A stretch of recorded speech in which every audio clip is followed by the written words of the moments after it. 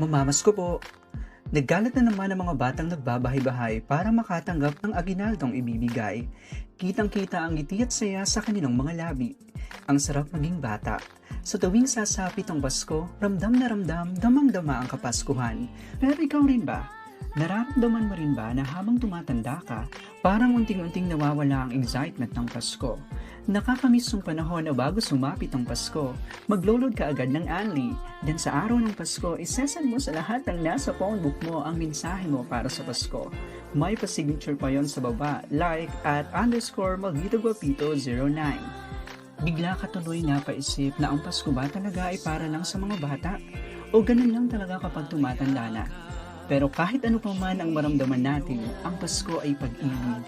Para sa haring bumaba upang maghasik ng kanyang pagmamahal para sa ating kanyang lubos na pinakamamahal. Maligayang Pasko sa ating lahat.